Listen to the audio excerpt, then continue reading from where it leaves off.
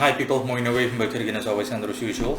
I'll be covering another goetic spirit today, which is Flauros, the spirit number 64 from the Goetia. Haures, Haures, or Haures, or Flauros. The 64th spirit is Haures, or Haures, or Haures, or Flauros. He is a great duke and appeared at first like a leopard, mighty, terrible, and strong. But after a while, at the command of the exorcist, he put it on human shape, with eyes flaming and fiery, and a most terrible countenance. He giveth true answers of all things present, past, and to come. But if he be not commanded into a triangle, he will lie in all these things, and deceive and beguile the exorcist in these things, or in such and such business. He will lastly talk of the creation of the world and of divinity, and how he and other spirits fell.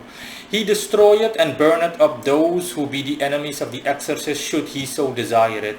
Also he will not suffer him to be tempted by any other spirit or otherwise. He governeth 36 legions of spirits, and his seal is this, to be worn as a layman or laman, etc. So yeah, let's dive right in. In terms of the description,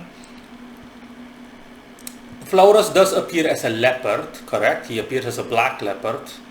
I don't know if there are any other colored leopards. Yes, there are.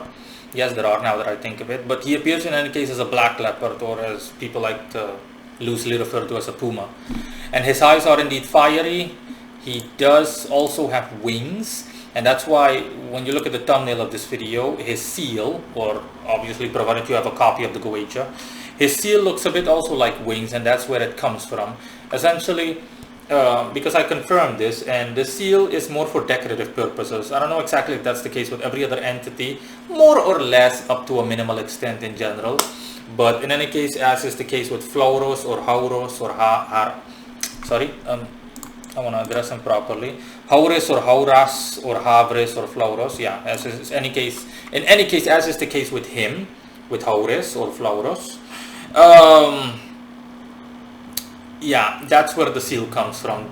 The earliest recorded seal of him essentially is simply partially his wings. When you look at the seal, then you'll see that for yourself.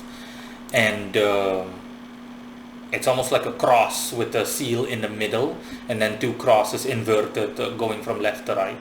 That's what it in essence looks like. And that's why they look like wings. It's simply a reference to the wings that he displays. But of course the description doesn't mention that, but I'm simply saying if you were to summon him, or if you do summon him, that's his general appearance. But again, the wings are quickly disappear, because that's not his main focus in terms of appearance or appearance wise. His main focus appearance wise is a puma, essentially, so a black panther, if you will. He can appear as a human being, and he appears, for example, briefly as a black guy, and then he appears as an Arabic looking guy, but not so much Arabic, more like someone that from ancient times, someone that is relatively muscular and strong, that has more like longish hair. Think of the actor Jason Momoa. If you don't know who Jason Momoa is, look it up. Like the actor that played in Aquaman movie. Not that I saw the movie. I just personally don't care for it. But I know who Jason Momoa is, and that's the closest resemblance I can make. He reminds me of the Hittites, essentially. Look up the Hittites, and you'll see essentially what they look like. Ancient civilization.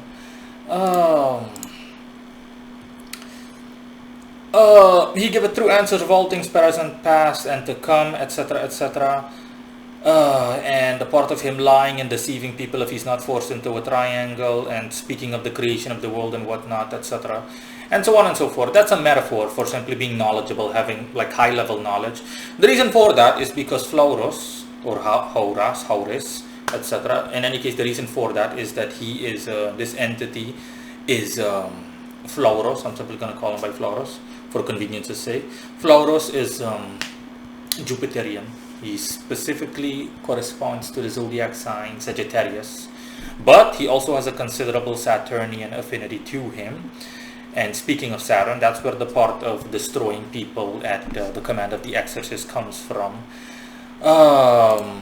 Now, the whole part about lying and so on and so forth essentially is a metaphor for the information that he'll relay to you, it being um, of such a nature that you need to take it with a grain of salt. So it's possible that the information is the way it's given to you is either of such a nature that it will either be incorrect or that it will be subject to interpretation. Let me just put it that way. That's what that part stands for, that he will lie, etc. Doesn't mean that he's literally going to lie.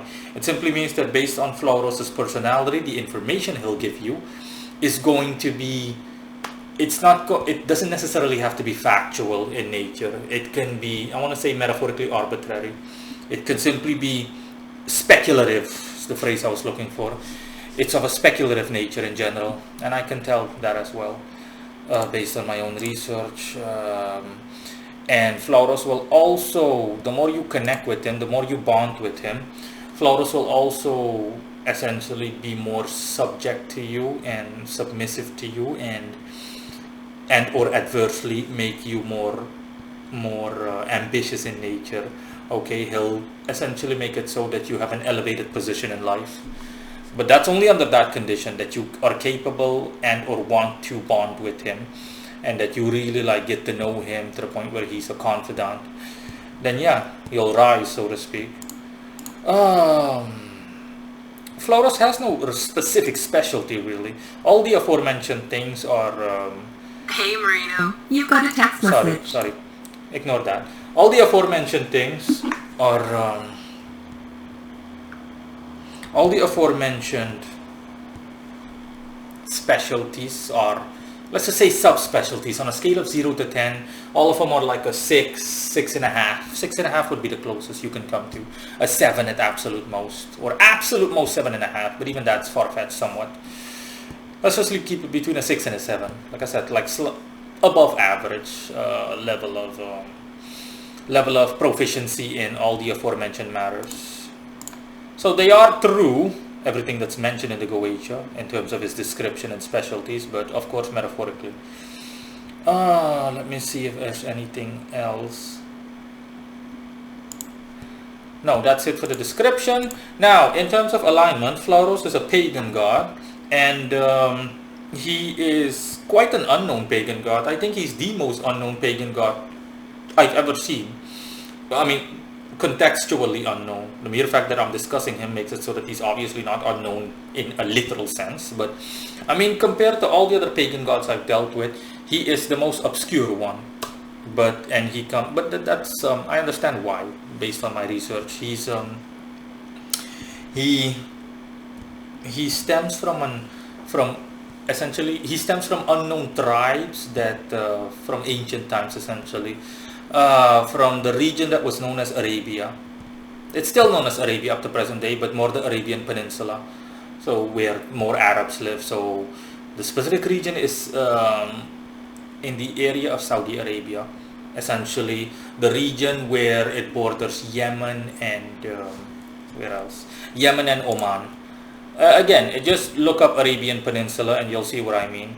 Okay, and then you'll see, if you look at the country Saudi Arabia, in the southern part, again, when you're going towards Yemen and or Oman, he stems from that region.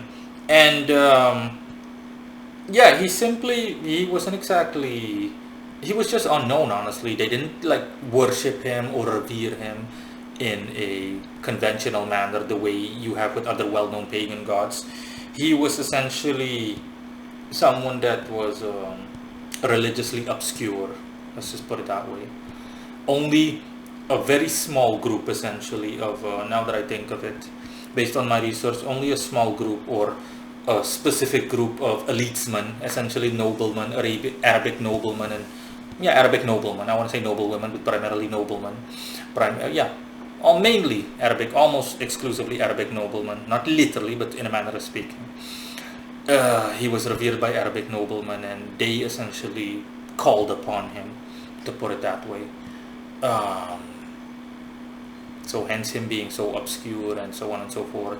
And even by their standards, the guy wasn't exactly, this pagan god Flauros, he's not exactly well fleshed out.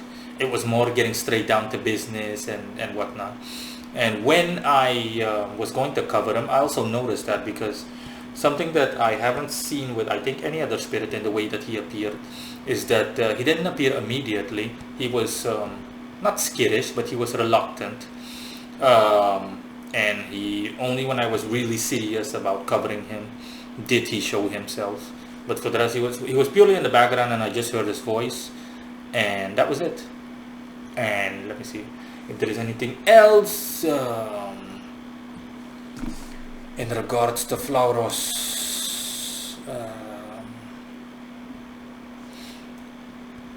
No, that's pretty much it. Bye bye.